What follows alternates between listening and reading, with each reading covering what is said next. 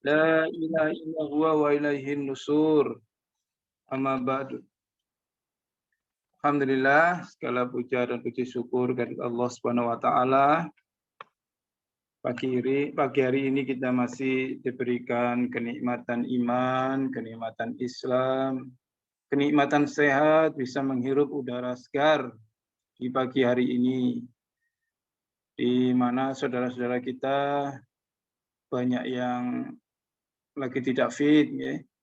Kemarin Pak Fauzan, ya, Pak Fauzan Surabaya kemarin juga kurang enak badan, ya. Semoga sekarang sehat ya Pak Fauzan, ya. Oh, beliau belum bisa merespon. Sate tongseng sehat. Oh, alhamdulillah. Ini cek lapangan ini mau dapat proyek kelihatannya. Masya Allah, luar biasa. Alhamdulillah kita bisa bersua kembali di link Zoom ini. Insya Allah kita akan bersama Ustadz Agus Yunif Anwaruddin yang akan membahas kitab At-Targhib wa Tarhib. Salawat serta salam kita haturkan kepada panutan kita, manusia yang sempurna, ya, setiap kesalahannya selalu ditegur langsung oleh Allah Subhanahu wa taala. Kita sebagai umatnya berharap bisa mengikuti apa yang beliau contohkan kepada kita, ya, insyaallah biidznillah sampai akhir hayat kita. Mari kita buka kajian berkah pagi tadi dengan bacaan basmalah. Bismillahirrahmanirrahim. Kita sempurnakan dengan Ummul Quran. Al-Fatihah. A'udzu billahi minasyaitonir rajim. Bismillahirrahmanirrahim.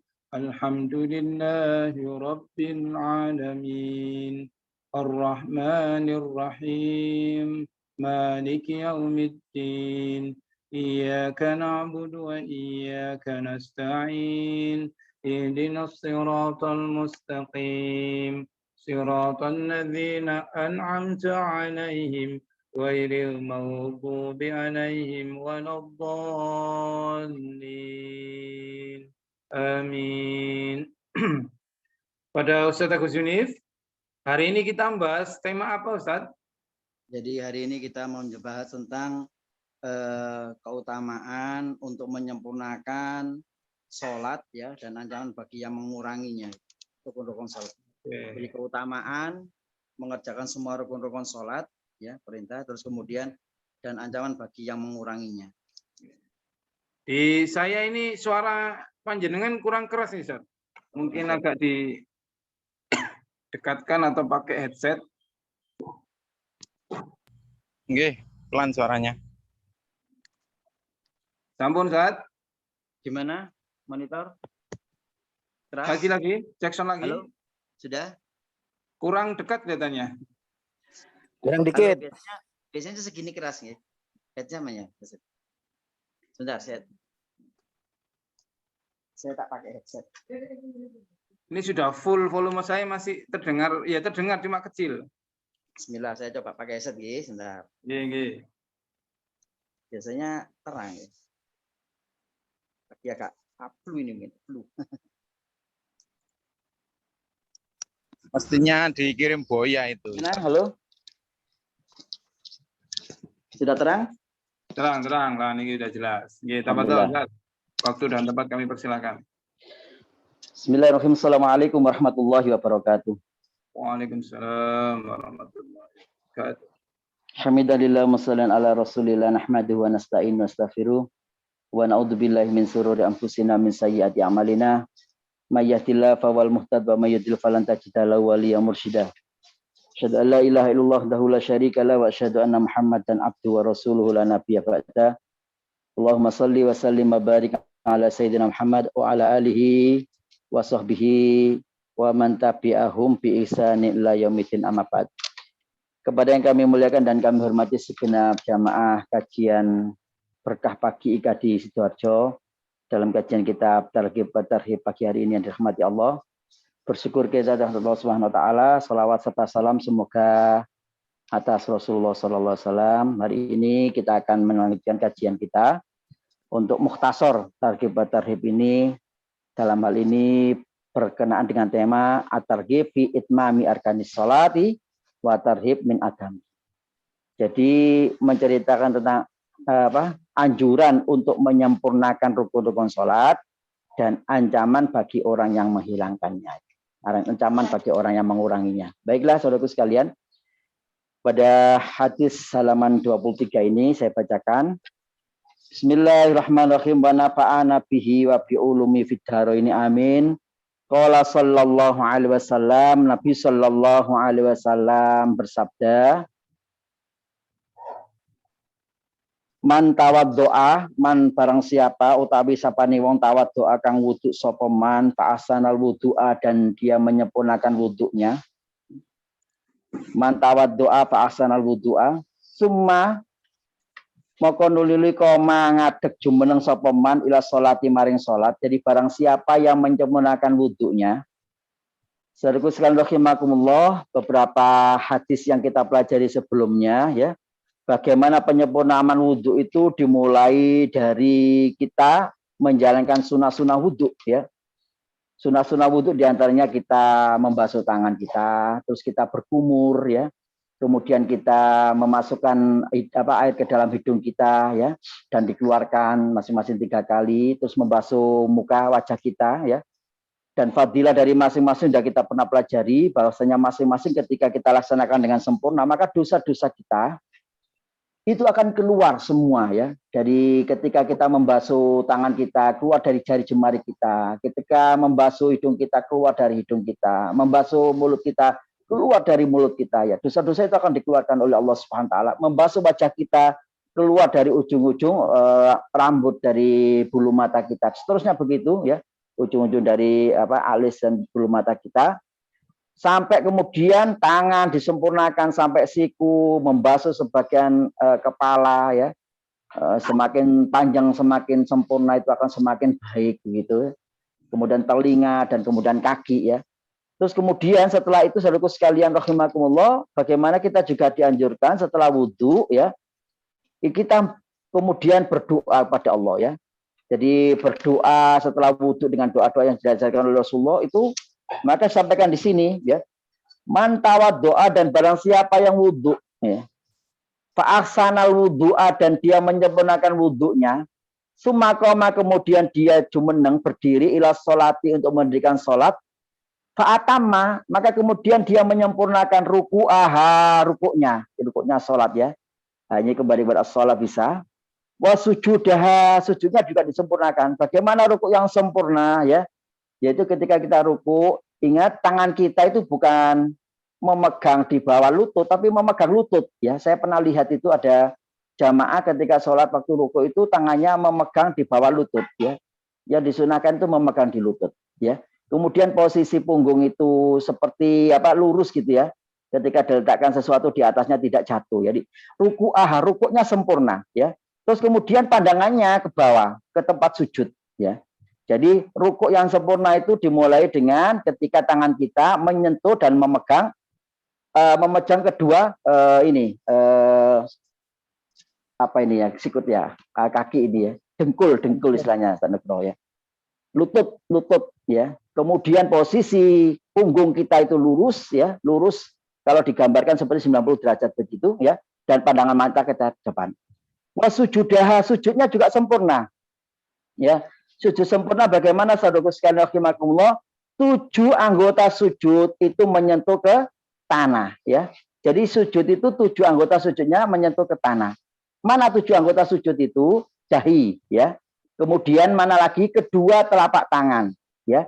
Kedua ini lutut ya. Kemudian kedua ujung daripada perutnya jari-jari kaki ya. Jadi bukan di atas anggang-anggang begitu, tapi benar-benar jejak ya. Jejak itu yang kena tanah adalah perutnya jari-jari ujung jari-jari kaki kita ya. Keduanya. Jadi jumlahnya 7 ya. Hidung tidak termasuk ya. Hidung tidak termasuk. Oleh karena itu ketika ada pertanyaan bagaimana pakai masker, tidak masalah ya. Kalau kita mengikuti mazhab Syafi'iyah ya, itu 7 saja ya, hidung tidak termasuk. Jadi rukuknya sempurna, sujudnya sempurna, ya, termasuk tidak keburu-buru. Bagaimana Rasulullah melarang kita itu sujud itu seperti burung yang lagi nyucuk panganan itu, tuk gitu ya. Jadi harus tumak nina, ya. Meskipun kadar tumak nina itu sebagian ulama Syafi'iyah mengatakan baca subhanallah, ya, yang pelan dan dimasukkan ke dalam hati cukup, tetapi sebaiknya kita sujud secara sempurna dengan membaca doa-doanya yang sempurna, ya. Wal qiraata, dan membaca Al-Qur'an, membaca Fatihah, membaca surat fiha di dalamnya. Qolatis sholatu, maka kemudian sholatnya, ibadah sholatnya itu akan berkata, hafidhokallahu, hafidhoka, maka akan menjaga kamu, siapa? Allahu Allah, kama hafidtani, sebagaimana kamu menjaga saya. Nah ini. Jadi sholat itu sekarang dalam hadis ini ternyata bisa, ya, mengucapkan kata-kata yang berisikan doa. Allah akan menjaga kamu sebagaimana kamu menjaga saya, ya. Kemudian saudaraku sekalian, summa su'ida biha, ya. Kemudian sholat ini, ya, akan membawa sholat itu, ya. Summa su'ida biha, maqanuli, dan unggahkan, dinaikkan, ya. Biha, dengan sholat ini, ila sama ke langit, ya. Kemudian sholat kita itu akan dinaikkan ke langit. Wa alaiha, ya, ini kata. Summa su'ida biha, maka kemudian yang atas sendiri, ya. Maka akan dinaikkan biha, ya, dengan sholat ini ila sama ke langit. Walaha, ya. Walaha, maka dan itu bagi sholat tersebut, ya. Dau'un nurun, ya, adalah cahaya yang sangat terang. Jadi sholat itu nanti kemudian seperti bercahaya begitu dengan sangat terang, ya. Wa futihat, dan dibukalah untuk sholat tadi abwabus sama, langit-langit, pintu-pintu langit. Ya, begitu saudara sekalian. Jadi ketika sholat kita baik, ya, kemudian wudhunya sempurna, sujudnya sempurna, ya, bacaan-bacaan yang dibaca di dalamnya juga sempurna, maka kemudian sholat ini akan diangkat ke langit, ya, dan kemudian dia itu seperti makhluk yang bercahaya, dan kemudian karena kedatangannya akan dibuka pintu-pintu langit, ya. Hatta yuntaha biha ilallah, sehingga sampailah sholat itu, ya, ilallah, kepada Allah Subhanahu wa taala, ya. Jadi kemudian sholat itu diterima oleh Allah sampai kepada Allah Subhanahu wa taala. Tutup ke Allah, ya. Fatashfa'u li sahibiha, maka kemudian fatashfa'u, maka memberi syafaat, ya, li sahibiha, bagi orang yang menjalankan sholat tadi, ya. Subhanallah, saudaraku sekalian rahimakumullah, ketika sholat kita sempurna, ya, makanya kemudian sholat sempurna itu berefek kemana-mana. Inna sholata tanha anil fahsya wal munkar, ya. Bahwa sholat itu bisa mencegah perbuatan keji dan mungkar, ya, dengan wudhu yang sempurna, ya. Kemudian kita menjalankan bacaan yang sempurna, kemudian kita dengan sujud dan rukuk yang sempurna, maka kemudian dia ke langit, ya, dan kemudian nanti akan berupa cahaya begitu dan diterima oleh Allah Subhanahu wa taala. Wa idza lam yutimma ruku'aha, wa idza lam yutimma, dan adapun ketika tidak menyempurnakan, ya, orang yang sholat tadi rukuknya cuma asal-asalan, anggang-anggangan, malas-malasan, naudzubillah min dzalik, ya. Tangannya juga tidak memegang ke lutut, ya, tangannya memegang di bawahnya, kadang di atasnya, gitu, ya, sehingga tidak sempurna. Wala sujudaha, dan juga tidak sempurna sujudnya atas orang tersebut, ya. Walal qira'ata fiha, dan juga bacaan di dalam sholat itu, ya, biha, di balik-balik sholat itu bacaan di dalamnya tidak sempurna. Kemudian apa yang disampaikan oleh Rasulullah sallallahu alaihi wasallam, doyya'akallahu kama doyya'atani. Jadi doyya'aka, mudah-mudahan, ya, menghinakan engkau, bisa diartikan menghinakan, bisa diartikan, ya, membiarkan, bisa, ya, menelantarkan, bisa, ya. Doyya'akallah, semoga Allah melantarkan engkau, ya. Semoga Allah menyepelekan engkau, ya. Semoga Allah menghinakan engkau, ya. Kama doyya'tani, sebagaimana kamu menyepelekan saya, kata sholat itu, ya. Semoga Allah menyepelekan engkau, menelantarkan engkau, sebagaimana kamu menyepelekan saya, menyepelekan sholat, ya. Wudhunya tidak sempurna, kemudian rukuknya tidak sempurna, bacaannya juga, ya, Ini saudaraku sekalian, mari kita sama-sama dalam kesempatan pagi hari ini kita berhati-hati ya. Summa so'ida biha, kemudian diangkat dia dengan sholat tadi ila sama ya, ila sama, mesti ila samai ya, pakai jer gitu ya. Kemudian diangkat biha kembali kepada sholat ya, karena mu'annas ila samai kepada ke langit ya. Kemudian diangkat ini sholat ke langit. Wa alaiha, dan atas sholat itu dulmatun, kegelapan ya. Jadi kemudian sholat itu menjadi seperti kegelapan. Fa'ughliqat dunaha abwabus sama ya, dan kemudian ditutup ya pintu-pintu langit. Saudaraku sekalian, ketika sholatnya tidak bagus itu sholat nggak bisa diterima. Dia tutup pintu langit, ditutup ya. Jadi wa'ughliqat ya, ditutup ya, sudah abwabus sama. Jadi pintu-pintu langit kemudian ditutup ya. Kemudian saudaraku sekalian, summa tullafu kama yullafu taubu al-khalaq ya. Kemudian disebutkan di situ ya. Summa, dan kemudian salat itu kemudian tullafu ya, dilemparkan ya, dilemparkan kama yullafu taubul khalaq. Jadi sebagaimana dilemparkannya pakaian yang tidak berguna, dibahasakan di sini adalah gombal sing amo ya. Jadi apa ya, kain-kain yang buat bersih-bersih itu loh orang guru ya. Jadi dilemparkan sholat itu seperti sesuatu yang tidak berguna, dilemparkan seperti dilemparkannya gombal sing amo nek basa Jawa begitu ya. Fayudrabu biha waju sahibiha, dan kemudian dipukulkan, dilemparkan dengan sholat yang jelek tadi kualitasnya, wajhu sahibiha, ke wajah orang yang melakukannya. Naudzubillah min syarri dzalik ya. Jadi ketika kita naudzubillah sholatnya terbubu, sholatnya tidak sempurna, wudhunya tidak sempurna ya. Kemudian sholat kita itu nanti ketika diangkat ke langit itu menjadi kegelapan, dan kemudian tidak diterima, pintu langit juga tidak bisa menerima, dan kemudian ini dilemparkan kembali kepada orang menjalankannya. Ya. Wa qala sallallahu alaihi wasallam, dan Nabi sallallahu alaihi wasallam bersabda, isjudu alal jahbatil waqfaini ya. Sujud itu atas al-jabha ya, dahi ya. Ini Rasulullah SAW ini menegaskan ini 7 anggota sujud. Yang pertama sujud itu alal jabha, di atas dahi. Kemudian kedua wal kafaini ya, 2 telapak tangan ya. Kemudian yang rukbata ini, kedua lutut ya, ini tolong diperhatikan ya. Wal qadamaini ya, dan kedua ujung jari kaki ya. Malam yumakin syai'an minhu minal ad akhraqallahu binnar. Ini dicaptakan beliau seperti itu ya. Barang siapa yang dia itu lam yumakin syai'an minhu minal ad ya, yang tidak benar-benar menjalankan sujud ini dan meletakkan di atas tanah ya. Jadi anggang-anggang ya. Jadi anggang-anggang sujudnya itu tidak benar-benar nempel di atas tanah. Akhraqallahu binnar, naudzubillah min syarri dzalik. Maka kemudian akan dibakar ya, dibakar oleh Allah SWT dengan api ya. Jadi saudaraku sekalian, ngapunten, ini saya sering melihat ya, mungkin di sekitar kita ada yang belum paham, ketika kemudian sujudnya itu kakinya itu masih anggang-anggang ya, yang ditempelkan itu ujung-ujung kukunya begitu ya, nggak tahu kenapa, atau malah sebaliknya ya, bawah. Harusnya ditempelkan adalah kedua ujung dari perut jari-jari kita ya. Itu yang harus kita tempelkan di tempat sujud kita atau di tanah ya.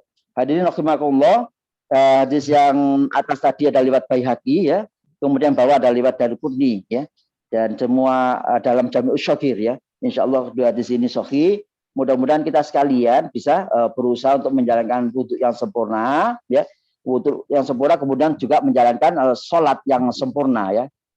Saudaraku sekalian rahimakumullah, selanjutnya kita langsung membacakan at-targhib minal murur baina yadil musolli ya. Jadi ini ancaman ya, at-targhib ya, ancaman bagi orang-orang yang melewati di antara orang yang sholat, maksudnya di depannya orang yang sholat ya.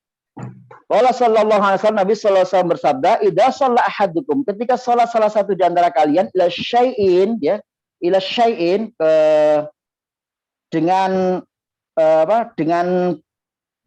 sesuatu, maksudnya kepada sesuatu depannya, yastaru minan nas, hendaklah dia itu memberikan semacam yastur, ya, memberikan semacam aling-aling dari manusia. Depannya itu dikasih semacam aling-aling, ya. Jadi bagaimana aling-aling itu tujuannya agar orang tidak melewati depan sholat kita, depan sujud kita, ya.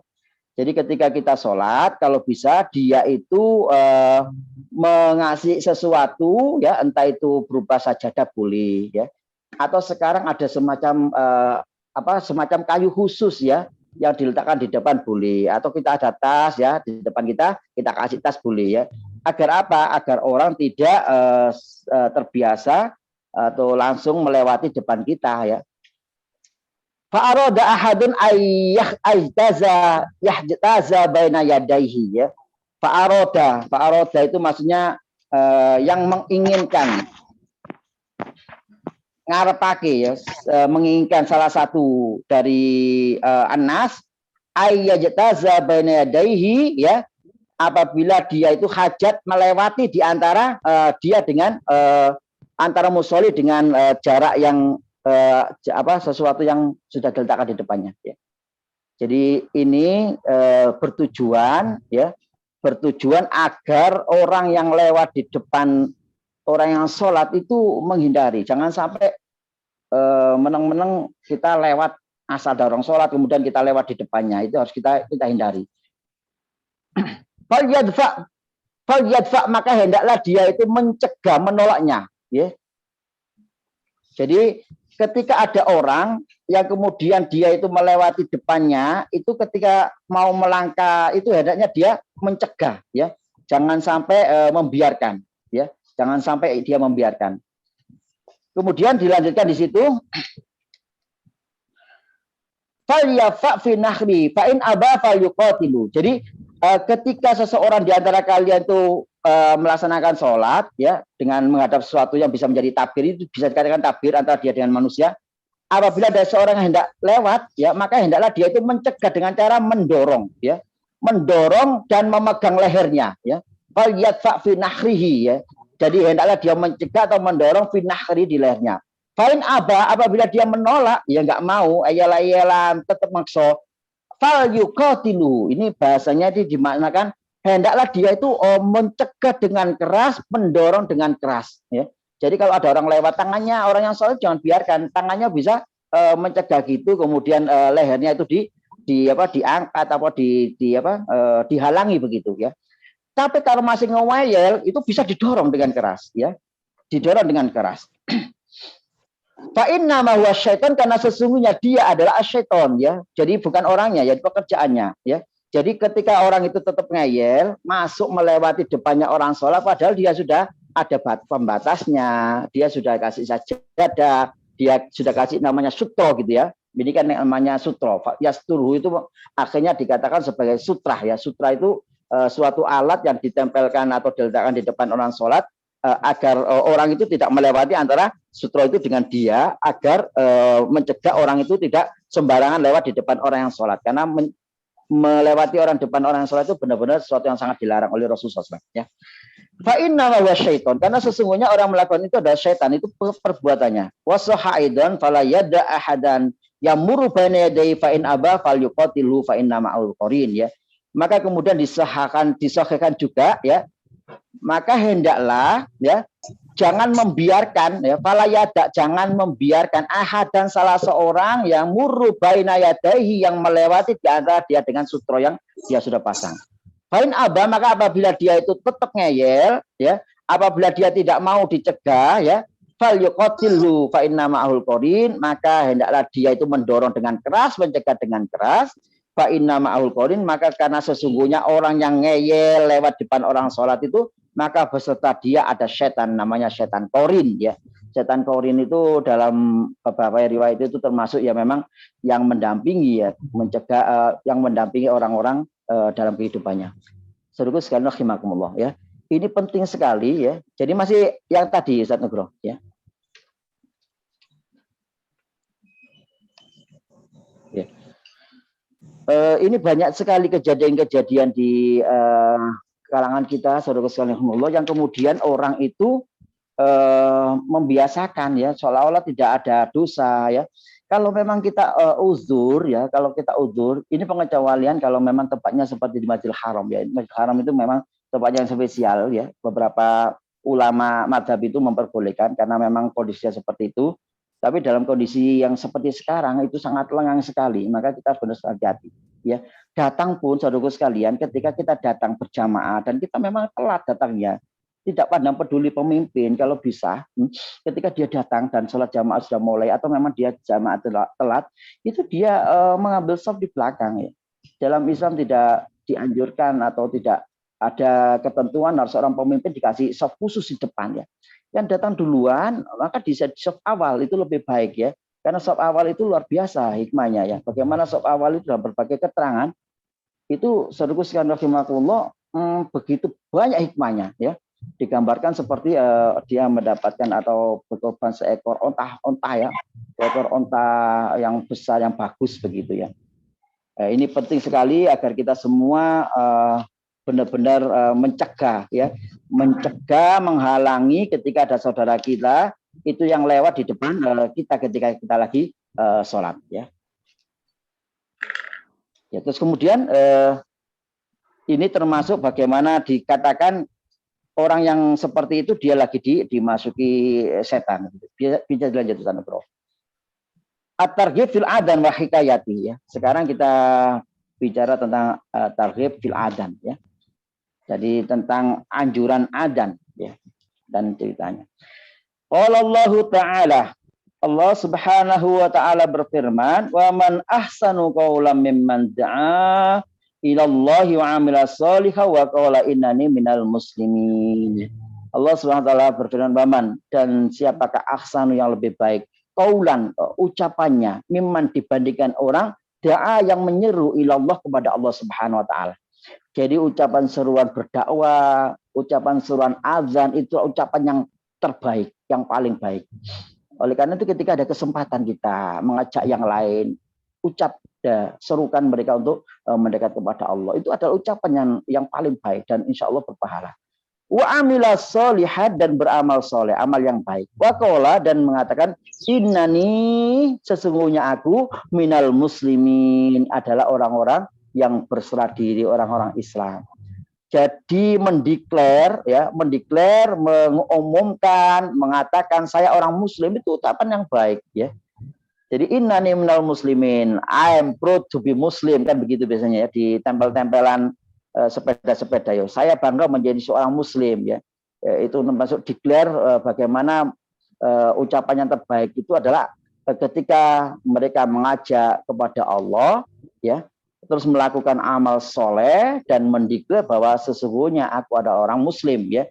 Ini bisa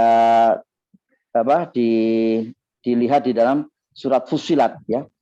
Kemudian waqala sallallahu alaihi wasallam, dan Nabi sallallahu alaihi wasallam bersabda, idza adzana, ketika azan ya, ketika azan fi qaryatin, di dalam sebuah daerah ya.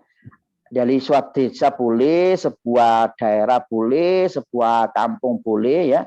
Qaryatin itu maknanya begitu. Amannahallahu azza wa jalla, maka Allah akan memberikan keamanan ya dengan azan yang dia ucapkan, yang dilantunkan di sebuah desa, di sebuah kampung itu. Siapa yang memberikan keamanan? Allah azza wa jalla ya. Aman dari apa? Min azabihi, dari siksanya Allah, dalikal yaum ya, pada hari itu ya. Ini saudaraku sekalian rahimakumullah, ini menunjukkan bahwa ketika ada azan ya, jangan sampai kemudian ada orang muslim ya, ketika terdengar suara adzan krungu grebekan ya.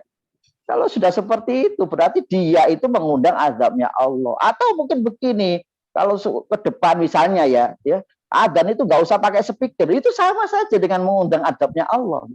Karena Rasul menjamin ketika ada adzan di suatu kampung, di suatu negeri, di suatu desa, maka Allah akan mengamankan desa itu ya pada hari itu dari siksanya Allah Subhanahu wa taala. Makanya adzan itu selalu sangat dianjurkan, dikeraskan ya. Bilal ketika adzan dia harus naik ke tempat yang tinggi di masjid yang sudah dibangun oleh kaum muslimin pada waktu itu, baik di Nabawi ya, Masjid Nabawi, atau ketika di Masjid Kuba ya. Jadi Bilal itu mengambil tempat yang paling tinggi. Zaman dulu memang tidak ada bangunan yang tinggi-tinggi ya. Oleh karena itu suaranya Bilal itu lantang terdengar kemana-mana. Kalau zaman sekarang azan nggak pakai speaker, yang terdengar ya sepeda motor yang gebreken itu yang terdengar ya. Jadi seperti itu ya. Jadi ketika ada suatu adzan di sebuah negeri, maka amanahallahu azza wa jalla. Amanaha, maka Allah akan mengamankan ya. Dengan adzan yang dilantunkan sini, Allah Ta'ala ya, pada hari itu ya, dari azabnya Allah Subhanahu Wa Ta'ala ya.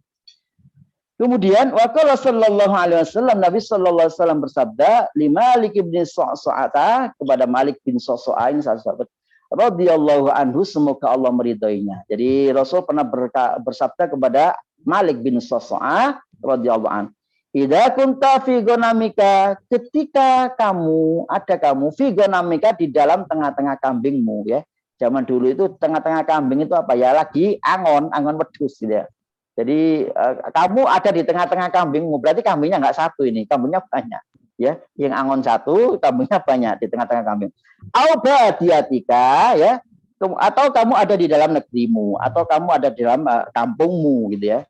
Fa'adzanta, maka azanlah kamu lissolati, untuk mendirikan sholat ya. Jadi kalau kamu waktunya sholat sudah masuk, kamu ada di tengah-tengah kambingmu, itu pekerjaannya bagaimana? Ini sangat dianjurkan ya.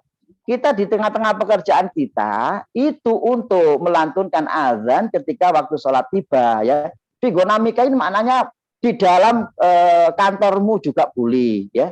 Jadi ketika kamu ada di dalam kantormu itu kalau bisa ya, suasana itu dihidupkan, suasana taqarrub kepada Allah itu dihidupkan dengan ada yang azan gitu. Figonamika ini maknanya bisa kamu di tengah-tengah sawahmu, tapi jangan sampai adzan baru ngono macul maneh ya. Masih mengerti habis adzan ya tetap langsung bersiap untuk bersiap-siap untuk kita mendirikan sholat gitu ya. Jadi kalau kita habis adzan terus kemudian kalau wonten ngaji, kalau misalnya kalau wonten ngaos, ngapunten.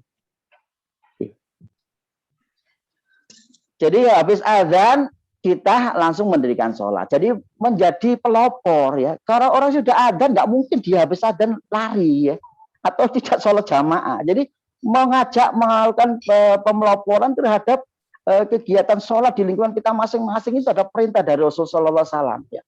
Di dalam proyekmu misalnya ya, ada kita yang bagian proyek-proyek itu, Mas Sati Tongseng misalnya ya, lagi ada di proyek itu kan punya anak buah itu ya.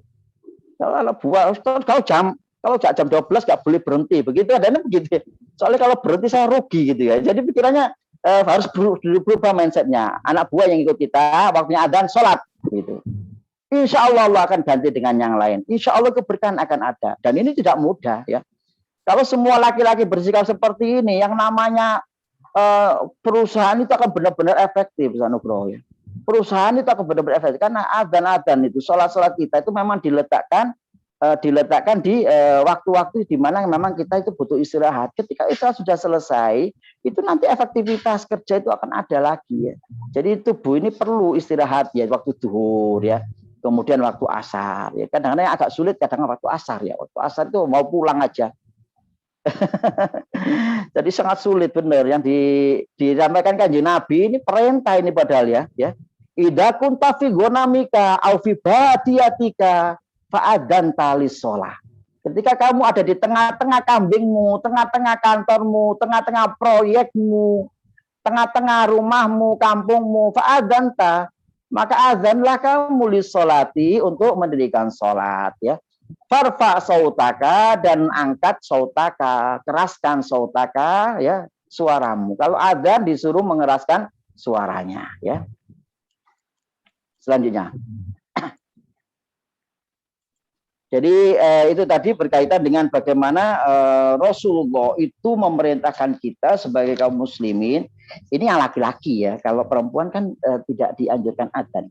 Ketika perempuan di dalam jamaah perempuan itu yang dianjurkan hanya qomat saja, tapi itu pun tidak keras-keras ya. Nggak usah pakai speaker ya. Kalau mau perempuan sama perempuan mau berjamaah ya, itu langsung bisa qomat saja, terus nggak usah pakai speaker.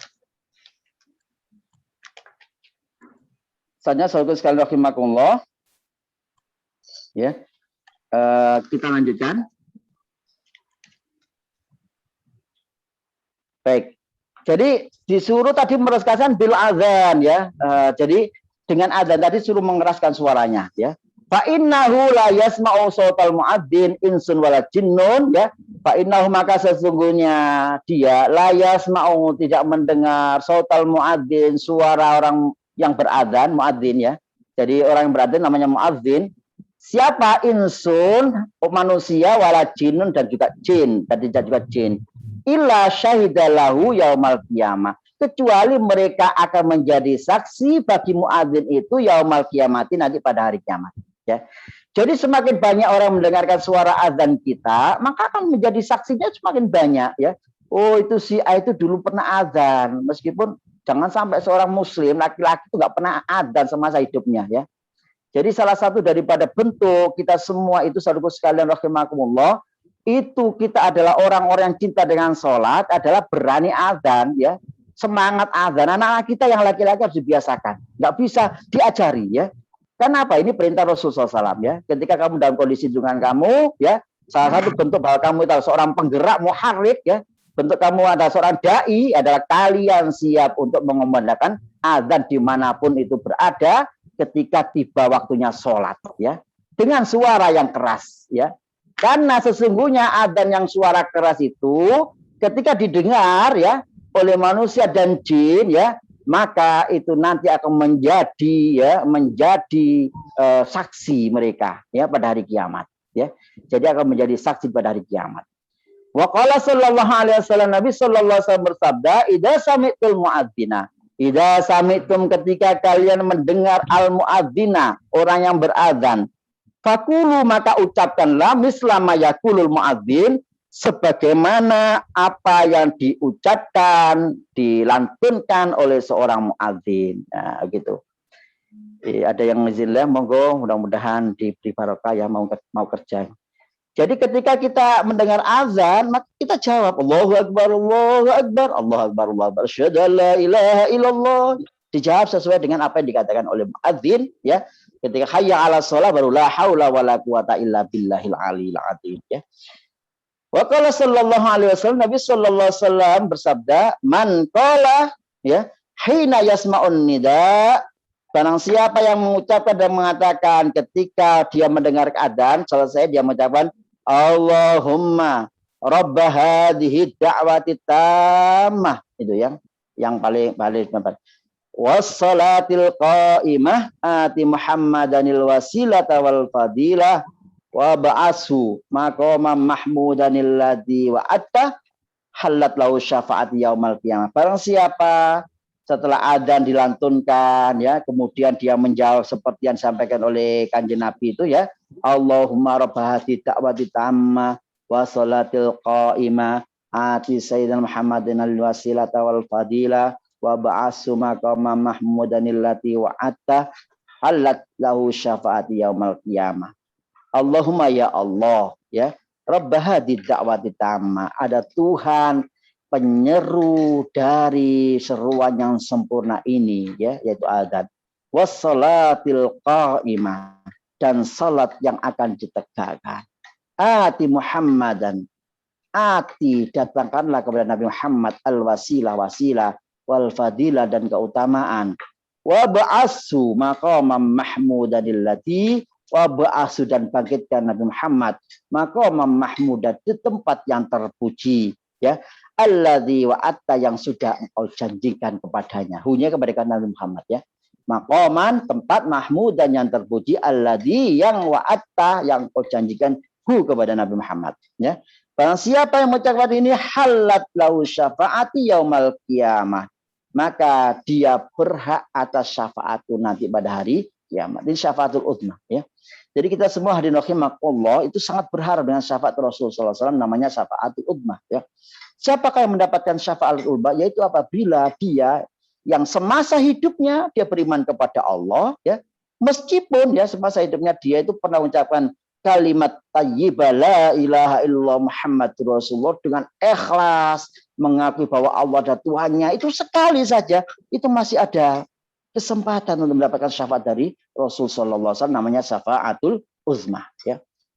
Kemudian saudara sekalian rahimakumullah ya, dari hadis-hadis yang kita bacakan ini ya, ini menunjukkan betapa sholat itu luar biasa, ya. Fadilahnya luar biasa, menjawab adzan juga seperti itu, ya. Menjalankan sholat dengan sempurna juga mendapatkan fadilah yang luar biasa. At-targhib fil iqamah, ya. Anjuran menjalankan iqamah yang paling bawah. Bisa dinaikkan. Kalau sallallahu alaihi wasallam, Nabi sallallahu alaihi wasallam bersabda, dinaikkan Ustaz Nugroho. Oh, mungkin lagi live. Idza suiba bis shalah, ya. Ketika qamah sudah dilantunkan, ya, untuk mendirikan salat, futihat abwabus samai wastujibat du'a, ya. Maka akan dibuka, ya, pintu-pintu langit, wastujibat du'a, dan akan diistijabah, ya. Jadi dari Bukhari Muslim, ya, di kada Al-Munziri, ya, Al-Munziri. Jadi demikian di dalam Al-Munziri sebutkan di sana ketika iqamah, ya, dilantunkan, maka kemudian pintu langit akan dibuka, ya, dan doa-doa yang dilantunkan insya Allah akan diijabah oleh Allah SWT, ya. Jadi doa-doa, jadi ketika azan juga demikian, saudara sekalian, azan dan qomah itu waktu mustajabah. Ketika sholat dilantunkan, dikerjakan, itu adalah saat yang mustajabah kita untuk berdoa kepada Allah Subhanahu Wa Taala, ya. Bagaimana kita semua dianjurkan, ya, untuk senantiasa mendirikan sholat ini semaksimal mungkin, ya, sebisa kita, termasuk bagaimana kita menjalankan dengan sempurna, dengan wudhu yang sempurna, ya, termasuk juga kita berusaha untuk menjadi pionir-pionir kebaikan, ya, dengan terbiasa dan membiasakan diri, mengkondisikan keadaan menjadi muadzin, ya, menjadi tukang-tukang azan yang menyeru untuk melaksanakan sholat di lingkungan kita masing-masing saat kita berada dimanapun itu, ya, di tempat kerja, di tengah-tengah kambing, begitu kan bahasanya kan, di tengah-tengah proyek, ya. Dengan demikian mudah-mudahan Allah catat kita sebagai orang yang senantiasa menjaga sholat, sehingga sholat tadi, ya, akhirnya menghadap kepada Allah Subhanahu Wa Taala, ya. Allah akan menjagamu sebagaimana kamu menjaga saya, ya. Ketika sholatnya buruk juga begini, Allah akan melemparkan kamu, melantarkan kamu sebagaimana kamu melantarkan, menyepelekan, dan tidak menjaga saya, begitu. Demikian Ustaz Nugroho, beberapa hadis yang kita bacakan pada pagi hari ini, mudah-mudahan menjadikan kita lebih bersemangat kembali, ya, untuk senantiasa berusaha, ya, menjadi pribadi yang lebih baik dari hari ke hari, menjalankan sholat dengan semakin baik. Mungkin kita akan dengan diskusi. Wallahu a'lam bishawab.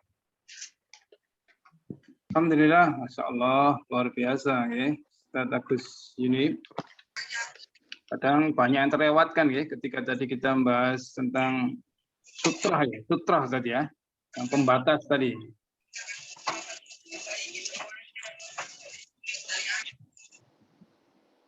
Dengar suara saya tadi, ya?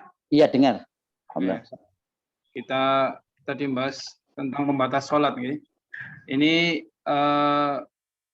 mungkin yang di beberapa masjid yang di kota, ya, sudah banyak ini, Ustaz, menyediakan sutra, ya, pembatas-pembatas itu. Tapi ketika di desa bahkan hadis ini mungkin belum disampaikan atau belum benar-benar sampai kepada masyarakat yang jauh dari kota. Oke, langsung ke pertanyaan, Ustaz. Ini langsung. Monggo. Ismail sudah resen ini, sudah tidak sabar untuk bertanya. Oke, monggo Pak Ismail. Ustaz Nugroho, bismillah. Ustaz Agus Yunib. Nggih. Assalamualaikum warahmatullahi wabarakatuh. Waalaikumsalam warahmatullahi wabarakatuh. Di awal tadi disampaikan mengenai bolehnya berdoa saat rukuk maupun sujud, nih. Nah, itu apakah itu doa-doanya yang disebutkan di dalam Al-Quran ataupun bisa berdoa dengan doa yang lain? Misalkan pakai bahasa Indonesia atau apa. Sedangkan waktu sholat kan ini nggih, ada adab-adabnya, misalnya ada rukun-rukunnya, ada syarat-syaratnya. Dia boleh memakai doa-doa yang lain, boleh enggak gitu. Pun ngoten mawon. Misalkan doa, ya Allah saya minta inovaribon lah, itu waktu boleh enggak ngoten lho. Misalkan seperti itu. Nggih, matur suwun. Terima kasih. Jadi doa-doa yang diperbolehkan itu adalah yang maksur kalau bisa. Yang maksur itu yang sesuai dengan yang disampaikan Kanjeng Nabi kepada kita, ya. doa maksur yang terbaik itu kalau bisa diutamakan, dibacakan ketika kita pada sujud terakhir ya. Jadi ketika sujud terakhir itu doa yang diajarkan oleh Rasulullah kepada kita seperti Allahumma inna as'aluka husnul khotimah, mati husnul khotimah ya. Kemudian ya muqallibal qulub, tsabbit qalbi ala dinik. Itu doa-doa yang diajarkan beliau ketika di sujud terakhir ya. Dan doa seperti ini diperbolehkan, bahkan dianjurkan ya. Jadi ketika kita sujud ya, kemudian terakhir kita berdoa dengan doa-doa diajarkan oleh beliau. Doa tidak diperbolehkan, bahkan diharamkan kalau bahasa Indonesia. Ya, nggak boleh dalam sholat kita itu doa bahasa Indonesia ya. Ketika kita mau berdoa itu kalau bahasa Indonesia nggak boleh didafalkan di dalam hati. Itu sebagian ulama masih memperbolehkan. Tapi kalau diucapkan di dalam bahasa Indonesia tidak diperbolehkan ya. Jadi kita harus hati-hati agar kita tidak melakukan doa-doa di dalam sholat kita dengan doa-doa bahasa Indonesia. Apa? Saya masih ngisi ngaji, pakai global. Okay.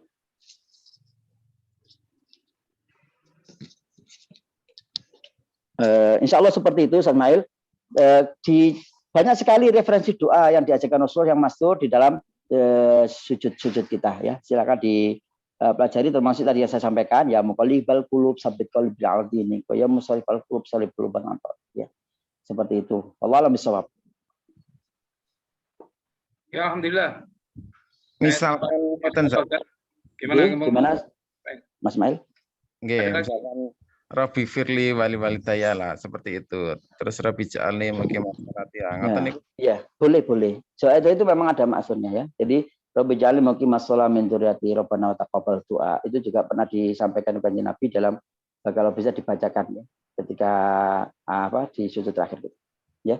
Semoga Pak Mail doanya dikabulkan Allah sejak awal sampai sekarang ini kan kepingin Novaribon. Yang lain apapun hajatnya dikabulkan Allah SWT ya. Insya Allah seperti ini penting ya melakukan semacam terus penguatan.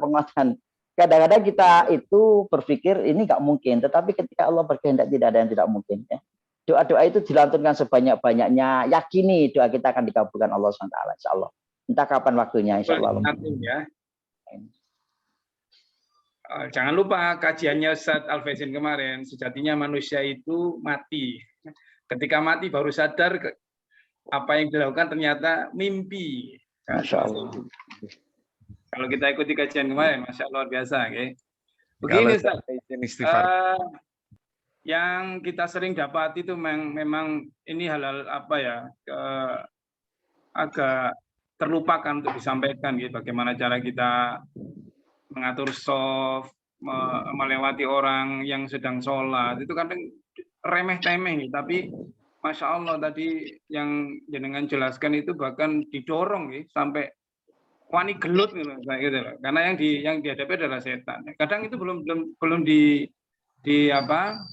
diyakini oleh masyarakat yang jauh dari ilmu ya, karena di desa itu jauh dari ilmu. Seperti kalau saya ketika pulang kemarin, budenya meninggal, kena COVID, tidak ada yang bisa ngurusi mayit gitu loh. Wah itu runyam. Jadi alhamdulillah kami yang dari Surabaya kemarin datang, alhamdulillah bisa. Karena di desa itu sangat takut, bahkan perangkat desa itu tidak berani karena isu-isu COVID itu. Jadi hal-hal sepele ini seharusnya kita benar-benar kita dakwahkan, kita sampaikan ke halayak ramai banget di pelosok-pelosok karena ini sangat luar biasa efeknya. Masya Allah, mudah-mudahan jadi amal ibadah kita, menyampaikan sesuatu yang kecil tapi bermanfaat, Masya Allah. Langsung ke chat Ustaz dari Ibu Siti. Assalamualaikum warahmatullahi wabarakatuh. Ngapunten izin bertanya, tadi dijelaskan tentang mengisi soft paling depan. Pada kenyataannya ada yang memilih soft di belakang, sehingga soft depan bolong. Nah, bagi kita yang datang terakhir, itu diperbolehkan atau tidak mengisi soft yang kosong tersebut? Kondisi sudah mulai softnya, terima kasih. Ya. Mulai sholatnya sudah dimulai. Kalau ada kesempatan untuk mengisi soft awal, ya, maka kita usahakan itu. Beliau sampaikan ya di Abu Hurairah ya, beliau sampaikan ini hadisnya sangat terkenal. lau ya'lamun nas ma fin nida wa safil awal thumma lam yajidu illa yastahimu alaihi istahamu. Ya, sahih hadisnya. Seandainya manusia itu tahu apa fadilah yang ada pada an-nida, ya, melantunkan azan, wasafil awal dan saf awal, ya, semalam yajidu, dan mereka tidak mendapatkan itu, tidak mendapatkan kesempatan azan, tidak mendapatkan saf awal, illa ayastahimu alaihi, kecuali harus melakukan undian untuk mendapatkan ini tempat yang makomah mahmudah, tempat yang luar biasa ini, ya, maka mereka lastahamu, maka saya mereka akan melakukan undian itu, ya. Lau ta'lamuna ma fi safil muqaddam al-kanatil Qur'an. Jadi mereka ketika tahu apa yang ada dalam saf awal, ya, itu adalah mereka akan berusaha untuk berusaha mendapatkan saf awal itu meskipun harus diundi, ya. Terus kemudian untuk para wanita, para ummahat memang ada perbedaan, ya. Jadi dalam sebuah hadis diriwayatkan oleh Abu Hurairah, khairu sufufi ar-rijal awwaluha. Saf yang terbaik dari seorang laki-laki itu yang awal. Wa syarruha akhiruha, dan saf yang terburuk laki-laki itu ada di akhirnya. Wa khairu sufufin nisa, dan saf yang terbaik untuk wanita itu akhiruha, ya, yang belakang akhirnya. Wa syarruha awwaluha, dan yang jelek itu adalah yang pertama, ya. Ini harus dijadikan pedoman juga, ya. Jangan sampai perempuan kemudian royoan sop depan, ya. Memang kalau bisa perempuan itu sopnya dimulai dari belakang, ya, yang baru datang sopnya di depan, ya, tapi tetap tidak sampai melewati depannya, harus ada sutra, ya. Kemudian saudaraku sekalian, berbagai riwayat ini menunjukkan betapa ya, Rasulullah juga pernah menyatakan kana yastaghfiru lis-saffil muqaddam ya talasan walisani marrotan, ya.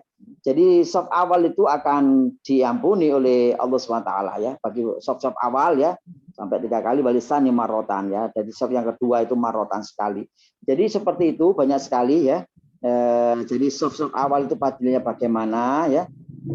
Innallaha malaikatahu yusholluna ala saffil awal, ya. Innallaha malaikatahu yusholluna ala saffil awal, sampai begitu, ya. Beliau mengucapkan sampai 2 kali. Sesungguhnya Allah dan para malaikat itu mereka yusholluna, ya, mereka mengucapkan salawat kepada orang yang menduduki saf awal, ya, sampai 2 kali beliau, ya. Ini hadisnya Hasan li Ghairi, jadi Nabi Muhammad radhiyallahu anhu, ya. Banyak sekali. Kemudian yang sering diucapkan oleh Imam, sawu sufufakum, ya. Sawu sufufakum fa inna tasfiyata sufuf min iqamatis shalah. Sawu sufufakum wa hadu baina manakibikum wal yanu fi aidi ikhwanikum wasuddul halal fa inna syaitan yadkhulu fi ma bainakum mansilatul qadam. Jadi luruskan, rapatkan saf-saf kalian, ya. Maka kemudian kencangkan pundak-pundak kalian, luruskan pundak kalian, ya, dengan teman-teman yang lain, ya. Kemudian sebenarnya setan itu melewati di antara kalian ketika sholat, ya, di tengah-tengah orang yang sholat itu di saf-safnya yang kosong-kosong itu akan dilewati oleh setan. Allah alam bisawab, banyak sekali, ya, fadilah dari saf awal ini, ya. Yang tadi yang disebutkan itu Anas bin Malik. Jadi kalau tanya itu yang diucapkan imam itu riwayat siapa? Riwayat Anas, ya, radhiyallahu an. Sawu sufufakum fa inna tasbiyatas suf min tamamis shalah. Hadisnya sahih, ya. Allah alam bisawab. Oke, sebelum kembali ke pertanyaan, saya coba menyapa, ya. Kajian kita dihadiri dari Pati, ya, Masya Allah, dari Pati, Gresik, subhanallah, Ibu Yuyun, Pak Warjono Pati. Alhamdulillah, Masya Allah, barakallah. Saya ada Pak Fauzan, Masya Allah, ini beliau ini JSIT nih, Pak Fauzan. Ahlan wa sahlan. SMP IT Al-Uswa, ya, assalamualaikum, ya, Masya Allah, mudah-mudahan istiqomah, ya. Ustaz Saiful Huda saya. Oh, Masya Allah. Ini calon ini, ya, pengasuh wali santri, ya. Insya Allah. Wali asrama. Insya Allah. Insya Allah wali asrama Pondok Pesantren Baitul Quran. Insya Allah luar biasa, nggih. Jazakallahu khair atas atensinya. Mudah-mudahan apa yang dilakukan oleh IKD Sidoarjo dari Karangploso, Masya Allah. Mudah-mudahan disampaikan oleh IKD Sidoarjo yang disajikan dari kami, mudah-mudahan bisa berkah dan bisa dinikmati oleh seluruh kaum muslimin, khususnya Sidoarjo dan pada umumnya di seluruh Indonesia. Insya Allah mudah-mudahan kita bisa istiqomah, mohon doanya. Yang terpenting bagi kami adalah kritik dan saran. Yang terpenting bagi kami adalah kritik dan saran agar kajian ini bisa benar-benar berkualitas, berbobot, dan tidak membosankan. Langsung kembali ke chat, Ustaz. Pertanyaan dari Bu Sari Malang ini, dari Malang ini, Ustaz. Ingin bertanya, Ustaz, ketika sujud, kita tertutupi kain jilbab, bolehkah punggung telapak tangan tidak tertutup? Nih, tafadhol. Punggung telapak tangan ya. Punggung telapak tangan itu memang kalau sebagian dalam mazhab Syafi'iyah itu harus tertutup ya. Yang terbuka itu yang ininya batinnya ya. Jadi kalau punggungnya, makanya mazhab itu berbagai mazhab itu memang ada yang memperbolehkan ya. Kalau Syafi'i itu makanya ketika rukuhnya itu kan ada cantolannya gitu Sanugro ya. Rukuhnya para ummahat itu ketika mengikuti mazhab Syafi'i ya. Kenapa mazhab itu tidak boleh asal ganti-ganti mazhab begitu. Wudhunya Imam Syafi'i, batalnya dari Imam Syafi'i begitu ya. Sholatnya dari Imam Syafi'i, batal sholatnya kan dari Imam Syafi'i gitu. Cara-cara menutupnya juga ini. Dan Imam Syafi'i ini dalam berbagai literatur, berbagai termasuk cukup sempurna ya dalam memahami masalah fikih ya. Intinya apa saudara sekalian, kalau panjenengan punya pandangan dan mazhab yang lain dipersilahkan. Dalam ikadi ini kita saling hormati ya. Jadi kalau saya kita pagi ini membahas tentang salah satunya di mazhab Syafi'i itu diharuskan ditutup ya punggung telapak tangannya. Ketika sujud bolehkah kening? Kita tutupkan jilbab, tidak boleh ya. Jadi kening itu benar-benar terbuka dari kain jilbab, terbuka dari kopiah ya. Jadi terbuka dari katakan pakai imamah, pakai serban itu jangan sampai ketika sujud kemudian imamahnya sorbannya itu terletak di lantai, kenangan lantai, kemudian kita pakai sujud kenangan kening kita itu tidak sah nanti sujudnya ya. Seperti itu saudara sekalian, wallahu a'lam bishawab. Insyaallah, jazakallahu khair. Dari Bu Sari Malang, kita kembali ke Pak Ismail nih, Sate Tongseng ini, Masya Allah. Ngapunten, tanya lagi Ustaz mengenai sutrah pembatas sholat tadi. Apabila kita sholat di masjid yang ada garis softnya, itu kan sudah termasuk pembatas sholat. Namun ada yang pernah menyampaikan kalau pembatas sholat itu harus ada benda yang tingginya sekian. Nah ini bagaimana? Ya. Sebenarnya kalau orang itu sudah pada paham, itu pembatas sholat ya jarak soft itu ya. Jadi soft kita ada garis soft di depan kita, itu pembatas sholat kita. Jadi harusnya kalau yang sama paham itu dia tidak melewati sembarangan ketika kita ada saudara kita sholat di situ. Kita nggak boleh lewat di antara dia yang sholat dengan pembatas softnya. Itu jelas dilarang oleh Rasulullah ya. Kalau bisa kita hindari itu. Sudah cukup sebenarnya itu ya. Jadi tidak harus setiap depannya itu harus dikasih sekian tinggi ya. Dalam berbagai keterangan hadis ini, sutra ini kalau dilihat kan sesuatu yang tidak begitu jelas secara tingginya berapa sekian berapa ya. Tetapi dalam hadis ini jelas sekali sutra itu berupa barang untuk memberikan ancer-ancer gitu ya. Kalau yang kemarin dibuat di beberapa masjid itu sudah cukup ya. Kita punya tas sudah cukup diletakkan di depan kita ya. Ya, itu sudah cukup ya. Nah, saya pikir seperti itu. Jadi kita semua harus berdasarkan pada keterangan ulama, keterangan hadis ya, sehingga kita semua dalam beribadah ini punya pegangan. Wallahu a'lam bishawab. Ini dari Bu, lanjut saja ke chat berikutnya. Insya Allah ini yang terakhir ya, sudah jam 6.45 dari Bu. Wah, ini sehati ini mulai. Sehati ini. Afan, mengonfirmasi lagi saat sujud hidung tidak wajib nempel, nggih. Ada yang mewajibkan. Adakah dalilnya, nggih? Kalau tadi sudah saya sampaikan ya.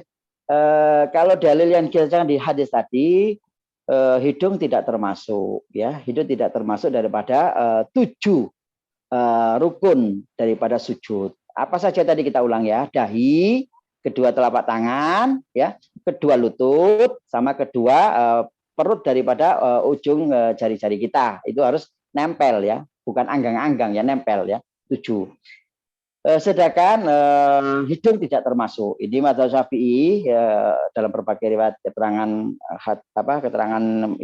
berbagai mazhabnya seperti itu. Apakah ada yang mewajibkan hidung itu termasuk? Nah, ini harus berarti kita belajar di mazhab yang lain. Memang ada ya. Jadi memang ada seperti itu ya.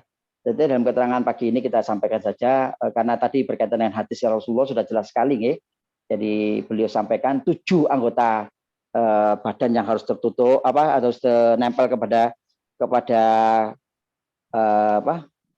tanah itu ya.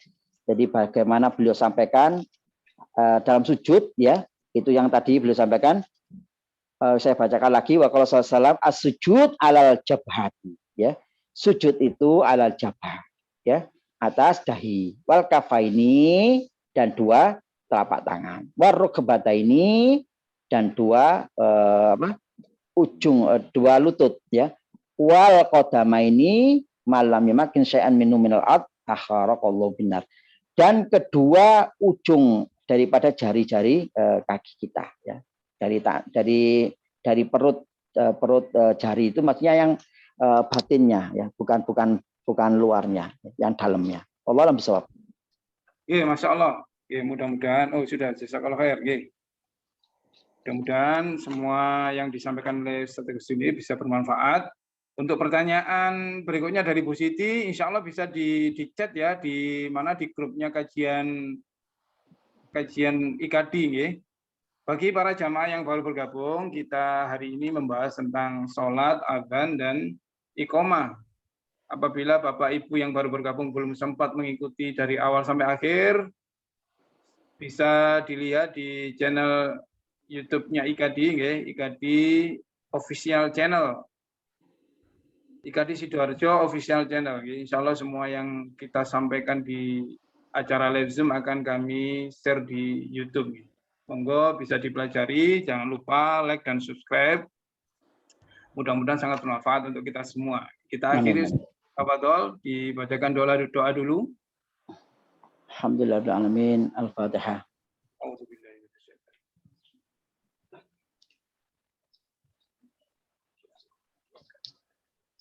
Bismillahirrahmanirrahim. Salli wa sallim wa barik ala sayyidina Muhammad wa ala ali Muhammad. Alhamdulillah alamin hamdan syakirin hamdan na'imin. Hamdan yafina ma kafi masjidah ya rabbana lakal hamdu kama yanbaghi li jalali wa mu'adhdhin sultanik. Ya Allah. Allahumma taqabbal minna salatana ya Allah. Ya Allah, terimalah salat kami, wasiyamana puasa kami, wa qiyamana salat malam kami, wa tahasyu'ana wa tadarru'ana kami. Allahumma rabba ja'alni muqimas shalah, rabbi ja'alni muqimas shalah min dzurriyyati rabbana taqabbal. Ya Allah, jadikanlah kami orang-orang dan hamba-hamba-Mu yang senantiasa mendekatkan salat. Rabbi ja'alni muqimas shalah wa min dzurriyyati. Jadikanlah kami semua ya Allah orang yang senantiasa menegakkan salat dan juga anak turun kami ya Allah ya Arhamar. Rabbana wa taqabbal doa. Ya Allah, terimalah doa kami. Allahumma khtim lana bi husnil khatimah. Ya Allah, sekiranya nanti malaikat Israel datang menjemput kami. Kami tidak tahu kapan dan itu. Ya Allah, sekiranya nanti datang kematian kami, mudahkanlah lidah kami, mulut yang kadang suka berbuat maksiat kepadamu. Bisa mudah mengucapkan la ilaha illallah. Ya Allah, mudahkanlah mulut kami, mudah mengucapkan tahlil la ilaha illallah. Muhammadur Rasulullah sallallahu alaihi wasallam. Ya Allah, matikanlah kami husnul khatimah. Rabbana atina fid dunya hasanah wa fil akhirati hasanah wa qina adzabannar. Sallallahu alaihi sayyidina Muhammad walhamdulillahi rabbil alamin. Amin. Kurang lebihnya mohon maaf. Insyaallah bagi para jamaah yang berkeinginan untuk dari Pak Taufik ini, Masya Allah. Semoga IKD terus memberikan pencerahan. Insya Allah mohon doanya Ustaz, mohon doanya biar kami istiqomah. Bagi para jamaah yang berkeinginan untuk bergabung di grup WhatsApp kajian IKD, bisa dilihat di chat, sudah saya share undangan untuk bergabung. Tafadholi kepada Bapak Ibu semuanya. Insyaallah.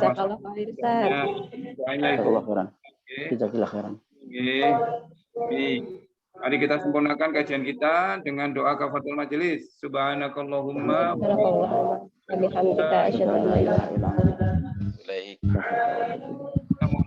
Jazakallah Ustaz. Mohon izin live. Nggih, jazakallahu.